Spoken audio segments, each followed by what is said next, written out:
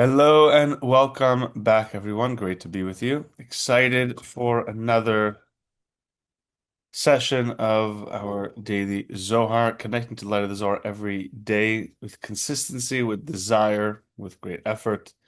And of course, this time of the year is busier for so many of us, but the fact that we continue to prioritize ourselves and our soul and our connection especially through the Zohar, is inspiring and it's important and it's beautiful and it's absolutely necessary. So let's let's begin by setting our intention.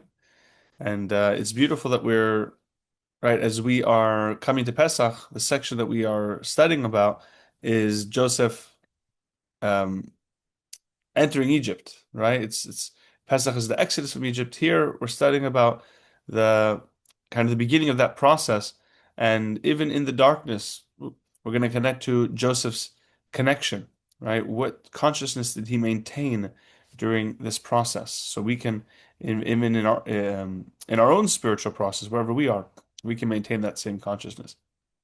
So let's begin with the prayer of the Ari to draw support, to establish our connection, to connect to the tzaddikim, to purify our consciousness with deep appreciation for this great merit, for this great blessing that we have access to the Zohar, that we live in a miraculous time, that the Zohar has been revealed to everyone. Without the revelations of Rav Ashlag and the commentary of Rav Ashlag and the Sulam, without all the light that is available through the light of the Zohar, without all the revelations, it would be impossible, really be impossible to not only understand the Zohar, but actually connect on a deeper level. So here we go, prayer of the Ari. Okay. ריבון העולמים ואדוני האדונים אב הרחמים והסליחות מודים אנחנו לפניך אדוני אלוהינו ולאלוהי אבותינו בקידה ובשתך ושקרת לנו לתורתך ולעבודתך ועבודת הקודש ונתת לנו חלק בסודות תורתך הקדושה. ואנו מחיינו שעשית עמנו חסד גדול כזה, כן אנחנו מקפידים תחננו לפניך שתמחו ותסלח לכל חטאותינו ועוונותינו ואל יהיו עוונותינו מבדילים בינינו לבניך.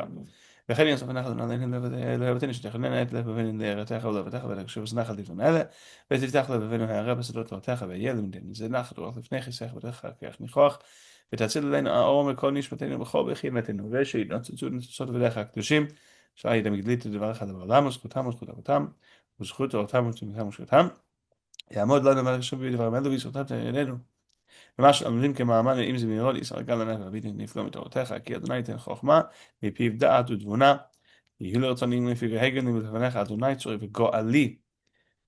Okay, continuing with paragraph 203. And we've just spoken about how all of creation, all the angels and all the forces awaken appreciation, draw down the Creator's light into this world, and humanity assists with that through our own connection, appreciation, our prayers. We join forces with all of creation to draw the Creator's light. So now the Zohar continues. "Haomer lecheres v'lo yizrach," the verse we mentioned before, from Job 9, verse 7, who commands the sun not to shine. Rabbi Shimon Amar, Rabbi Shimon says, Da Yosef. This represents Joseph. When he was sold into slavery, when he was sold into Egypt by his brothers. Uva'ad kochavim yachtom, when the rest of the verse says, who seals up the stars. Ilin inun achoy. These represent Joseph's brothers. Tichtiv baho, because it says about his brothers, Va'achad kochavim yishtachavim li. When Joseph had his dream, his second dream, he told his brothers, Hine chalamti chalom od. Look, I've dreamt another dream. And I see the sun and the moon, and I see 11 stars bowing down to me, referring to his 11 brothers. So the stars, the 11 brothers, represent the stars. Another explanation. When it says, he who commands the sun, Da Yaakov, this represents Jacob. Lo hakerna. When his children came to him and showed him the bloody coat of Joseph, and they asked him, Hakana haketona bincha hi imlo. Do you recognize, take a look at this, do you recognize if this is your son's tunic or not? Vilo Yizrach, when it says it does not shine, the sun does not shine. B'shatadi stalkat shchin tamideh. It represents when the light of the Creator, the Shekhinah, uh, ceased to shine with him, when the Creator was gone from him, in those moments of sadness and the depression that he felt, in the darkness that Jacob went into when he lost his son. That's what that part of the verse represents, the disconnect that Jacob felt from the Creator. Are we recording? Yeah, okay. Uva'al kochvi machtom, who seals up the stars, begin b'noi, because of his children, idchatam v'isten nahora dilei. Jacob experienced the all the light became closed and sealed from him. Shimsha itchashach, the sun was darkened, was dim. V'kochavaya lanihiru, and the stars no longer shined. Begin Yosef itparash ma'avoy, because Joseph was separate from his father. And we explained many times, the Zohar speaks a lot about this. Why was Joseph so close to Jacob? Why was Jacob so close to Joseph? Not because, right, he was his favorite. Jacob didn't have favorites. Jacob felt a stronger connection because Joseph represented the same energy that he represented. Jacob is the central column of the upper triad, and Joseph is the central column of the lower triad. Jacob is what balances out Chesed and Gvura, and Joseph is what balances out Hod, Netzach, and Hod. So it's not that he liked him more; it's that he had just a closer affinity with him. Just like, as we said many times, just like Isaac had a closer affinity with Esau. It's not that he liked Esau more; it's that they were both from the left column, while Jacob was central column. So Isaac had a more natural affinity with Esau. Here in this case as well, Joseph and Jacob have a more natural affinity. So and we also explained that Joseph represents the Yesod of Zerampin, and the Yesod of Zerampin represents the bottom, the final part of the level of Zerampin. So Joseph is what completed Jacob, and when Jacob lost Joseph, he felt that his perfected state was lost, that the part of him that made him whole was lost. And again, it's not just, of course, the love a father has for their son, and the son for their father, any child for their parents. This is on a deeper level because it represents also spiritual structure. Come and see. Yosef. From that day when what happened with Joseph happened when he was sold into slavery, Jacob refrained from all marital relations. V'ishtar avela, and he remained in mourning. Adahu yoma dibasa besora de Yosef, till that time when he got the good news that Joseph is alive. 22 years later. So for 22 years, Jacob was in mourning. Jacob, when it means he refrained from marital relations, we know that it's not just a physical act of intimacy. It represents a revelation of light. It represents a level of connection. And when people are physically intimate with the right consciousness, they reveal a lot of light in the world. And Jacob wasn't in that position to be in that state, from that place of joy, from the place of pure consciousness. He wasn't in that state to reveal that light.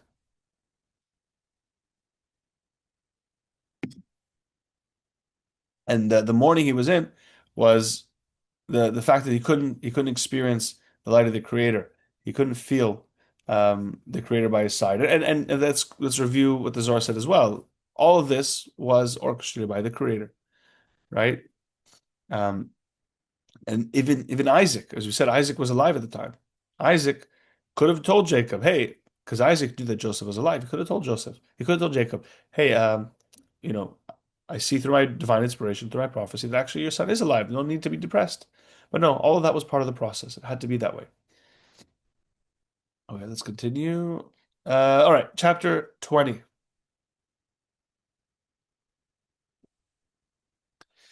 We're around 70%, almost 70%, I think, with the portion, which is exciting. And we'll be starting the new portion of Miketz. Miketz is an exciting and beautiful portion. We'll be starting, if everything goes according to plan, we'll be starting on April 20th. So it's a beautiful opportunity to invite people to join. Miketz is also, just like Vayeshev, uh, a lot of beautiful messages, a lot of stories. Also, Miketz, we know, is the section for prosperity because it's all about Joseph the righteous and how he goes from the greatest levels of darkness to the greatest levels of light. And here we're starting to hear Joseph's story, in the beginning. So it says, and Hashem was with Joseph. God was with Joseph no matter what. Let's see the beautiful verse that begins on paragraph 204. Vayhi Adonai et Yosef, vayhi ish matzliach, vayhi beveit Adonai HaMitzri. God is with Joseph. He was a successful man. He was in the house of his Egyptian master. Vayar Adonav ki Hashem ito. And his master saw that the Creator was with him. V'chol asher hu oseh. And everything that Joseph does, Hashem matzliach beyado. The Creator makes him successful. The Creator makes him prosper in his hands. The Zohar will explain what that means. But we want this verse to be about you and I. Right? We want the Creator to be with us. We want to be successful, even in the place of darkness, right? The house of his master, even in a place where we might not want to be. And we want it to be so clear and apparent that the Creator is with us, right? The Creator is not with someone because other people see it.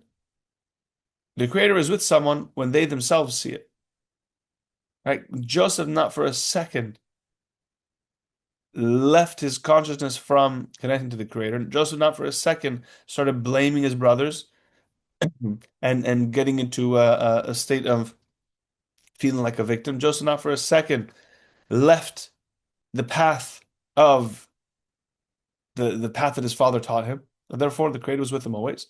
And because the Creator was with him always, he was successful. So let's see what the Zohar says. 204. So the Creator was with Joseph. He was successful. He was in the house of his master. Rabbi Yosef patach. Rabbi Yosef opens and says, Ki Hashem ohev mishpat v'lo ya'azov et chasidav leolam nishmaro. Psalm 37, verse 28. For the Creator loves what is right, or the Creator loves mishpat. Yeah, I guess you could say what is right, but mishpat comes from law or justice, or maybe not truth, because it would say emet, but v'lo ya'azov et chasidav, and the Creator does not abandon his faithful ones, his pious ones, his merciful ones. Leolam nishmaru, they are preserved, they are protected forever. And the verse ends with V'zera rashaim nichrat, and the children of the wicked will be cut off. So what does it mean the Creator loves those who are right and will never abandon them? Haikra ukumu Avraham. This is speaking about Abraham. Ki chasidav, et chasidav, because it says his faithful ones, his pious ones, his merciful ones, right? Chasidav, the root word of it is chesed, mercy, kindness. Chasidoktiv, it's written without the yud, so it would say chasido, which means his pious one, not his pious ones. And therefore it would be talking specifically, as you explained, in the singular, about one singular person, speaking about Abraham. Now, just as a side note, I haven't found this verse written as the Zohar says. Maybe it's a different version of Psalms, maybe, or maybe I'm just not finding in the text that I'm looking at. But either way, the Zohar is going to make a point over and over again that this word is written in the singular, but we read it in the plural, which happens very often, that a word is written one way and we read it differently. So just as maybe I just haven't found it, but just to put that out there. 205, Tachazeh, come and see. And by the way, we do have times in the Zohar where the Zohar says a certain thing is written or spelled a certain way, but in our text it's not. It could be that in older versions, or one way we explained is that the different tribes sometimes had, because of their connection, they had different anomalies or little subtle changes, one letter here, one letter there, and it could be that that's related to that, but we'll leave it at that, not to confuse anyone more. 205, Tachazeh, come and see.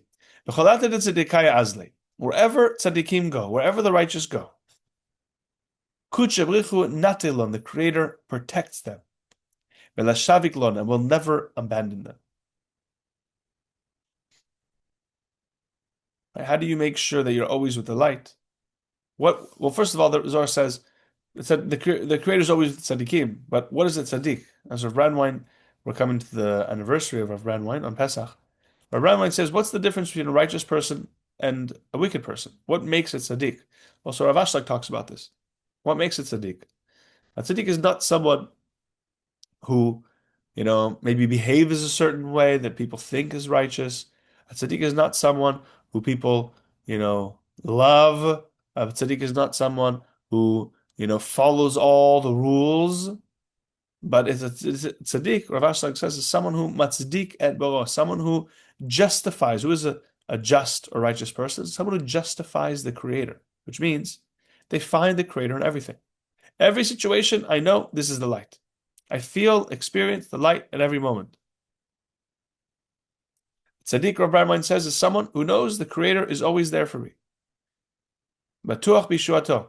I have certainty that the Creator is going to protect me and help me and save me and assist me in whatever I'm going through. So when a person has that certainty in the Creator to always be protected, therefore they will always be protected. A person who always feels the light, who always has certainty in the light, will always feel the light. Most people, right? Like the saying goes, "I'll see it when I believe it." No, I'll believe it when I see it. And the Rav would say, no. Once you know it, it'll be. Once you believe it, then you'll see it.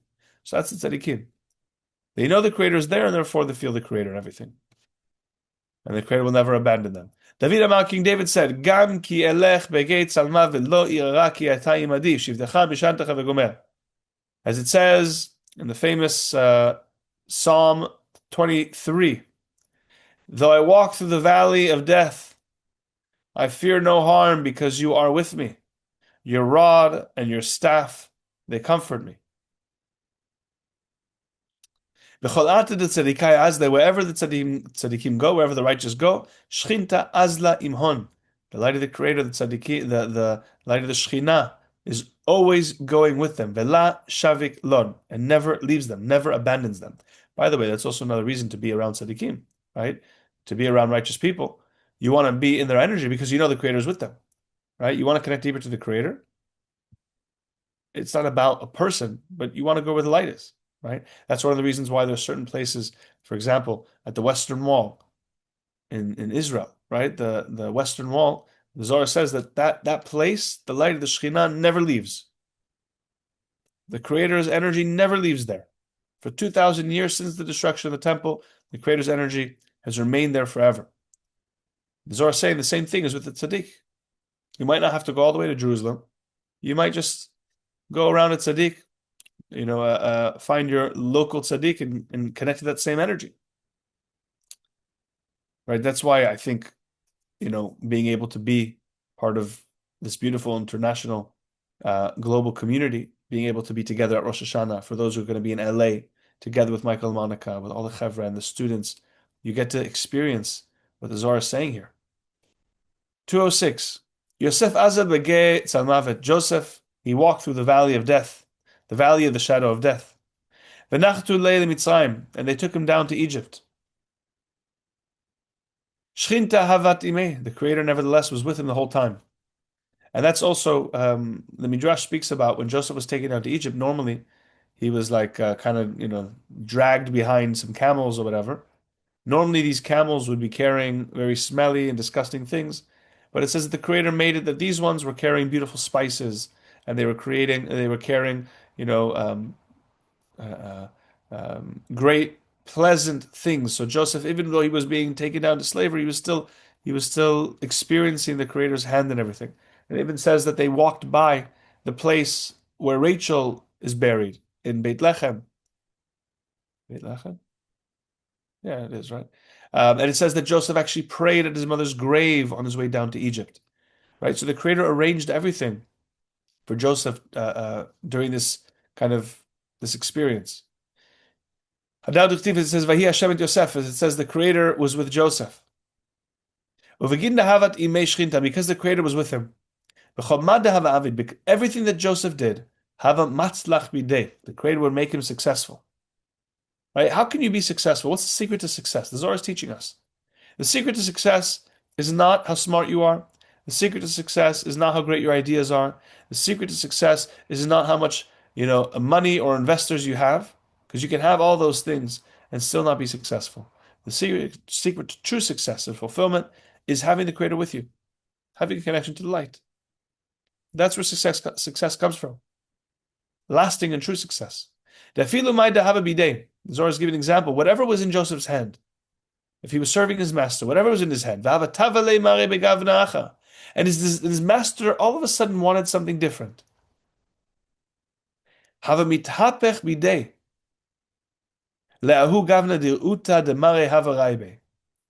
was in his hand, let's say his master wanted an apple. He told him, hey, please get me an apple.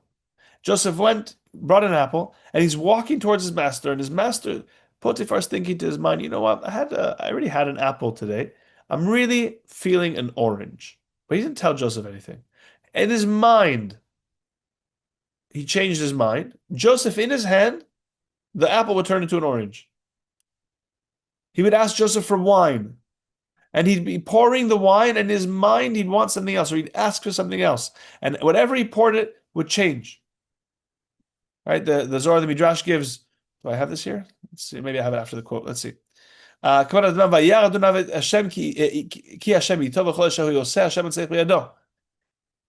so it says, like, for example, Joseph would be pouring.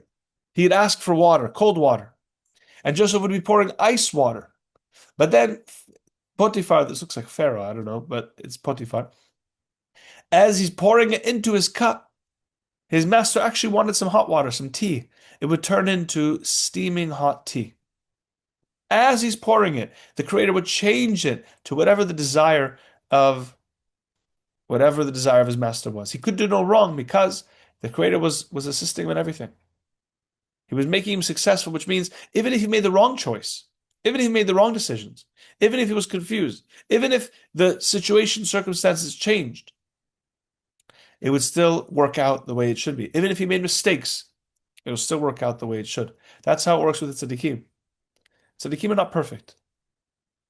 They're all human. Everyone's human in this world. But when you are really desiring to connect to the light, and you are connected to the light, even your wrong decisions are made right by the Creator. Even your mistakes reveal great light. Even making the wrong choices, you'll end up being successful. Right? When it says, as it says, his master saw that the Creator was with him, and everything he did, the Creator would make him successful in his hands. Matzliach beyado, prosper in his hands. What does it mean? Matzliach beyado vadai. In his hands, literally in his hands, because the Creator was with him.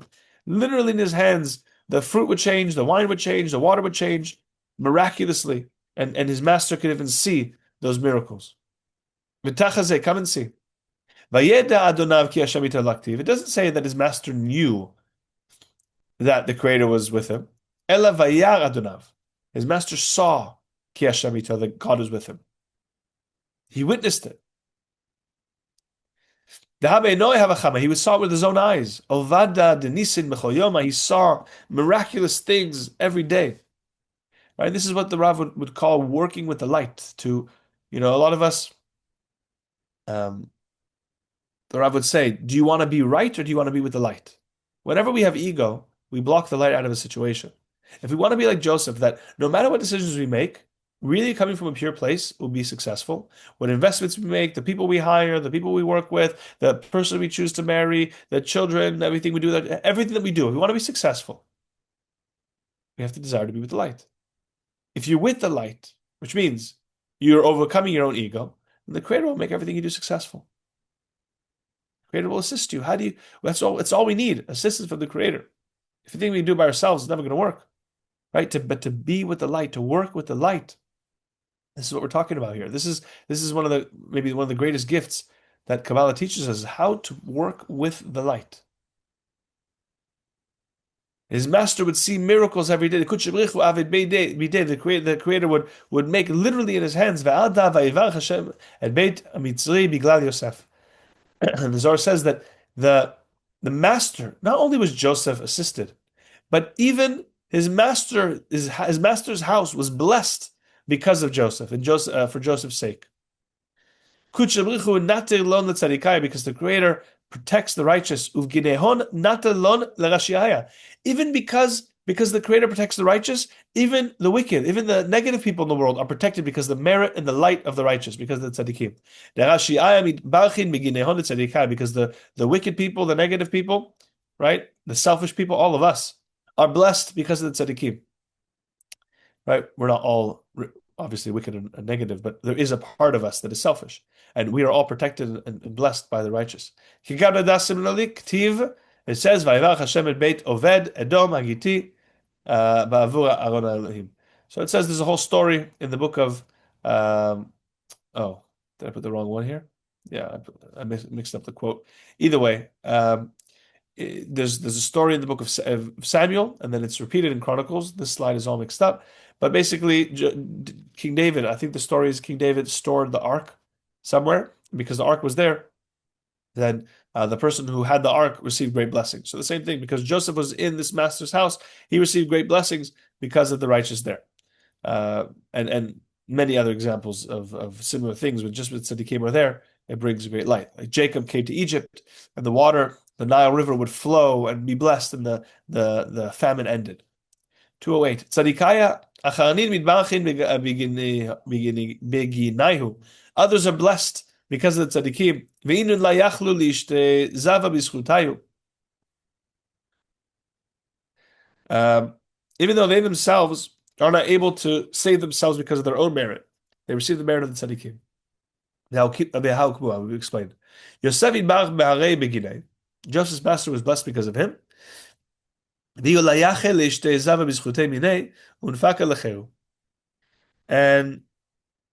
okay, so I think what the Zohar is saying is that the righteous,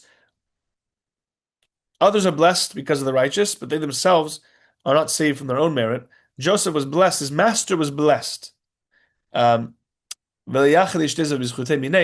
he wasn't freed based on his own merits. He wasn't brought to freedom because of his own merits, even though his master received a lot of blessings and merit. The Midrash also tells about a dialogue when all these magical things are happening and the Creator is changing things right in front of his master. It says that there's a beautiful interaction, beautiful dialogue. Potiphar's master says, "Oh wow, okay, so you know magic. Like all Egyptians, they were masters in witchcraft and everything they could. Just like we see in the story of Pesach, and we see that Moses would, turn Moses and Aaron would turn the staff into a snake, and then the magicians would do the same, and they would turn water to blood, and the magicians would do the same. So they could do these things. They could manipulate this physical world." Joseph was saying, "No, that's not magic. Just like Moses and Aaron, it wasn't magic. It's the Creator." He says, "What do you mean it's the Creator? Show me who is this God you have? Show me the Creator." So Joseph told him, Go look at the sun. Go stare at the sun." And Potiphar tells him, "I can't stare at the sun. It's going to blind me." He says, "If you can't look at the sun, imagine, if you can't see the sun, you can't look at the sun, imagine how great the force is that created the sun." Right? And it's I found that very beautiful to understand, to start to quantify how powerful the Creator is. And then you start to think, if my soul is just a part of the Creator, imagine how powerful the light of my soul is. Right? It's unimaginable how powerful the Creator is. Unimaginable how powerful our own soul is. And Joseph was, awakening certainty and connection to his master. Let's just wrap up with this last paragraph of the chapter. Paragraph 209. So after Joseph is successful in his master's house and he's always having certainty, right? It also says that Joseph was always whispering. He was always mumbling. And the Kabbalists teach that Joseph was always saying the Ana b'koach. The Ana B'Koach literally wasn't written in the form it is today, but the letters, Aleph Begimel Yutav Tzadi, Kuf Rashayin Sita Nun, Nun Gimel Dal Yud Shin. He was saying the letters of the Ana B'Koach constantly, and he was basically asking the Creator, help me with everything I'm doing, guide me, protect me. He was constantly whispering and asking the Creator for help. Reminds me of the example that the Rav would say, that I ask the Creator's help when crossing the street. All right, Tzaddikim, you think the more connected to the Creator you are, the less help you need. But it's the opposite, right? When you're connected to the Creator, the more dependent you are on the Creator. The more you realize that everything you do is only because of the Creator. You need the Creator more desperately the more connected you are. We think, I can cross the street myself. Oh, I can, drive somewhere myself. Oh, I can be successful and run a business or raise a family by myself. Tzaddikim say, are you crazy? There's no way I could do that. I can't even cross the street myself. I can't even drink a glass of water myself. I need the Creator for everything. I'm dependent on the light of the Creator in every situation. I don't want to be alone. So after all of that, then Joseph finds himself in prison. We'll learn about the story tomorrow.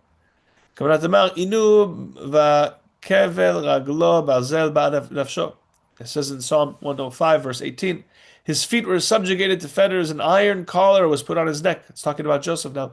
He was the master of his master's house, and now he finds himself in great darkness once again in prison. And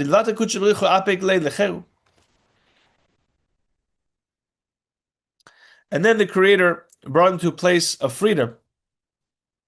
V'shate al kol Mitzrayim, and he becomes the master. He controls the entire land, all of Egypt, which really was controlling the whole world at the time. Joseph became the master, the controller of the whole world.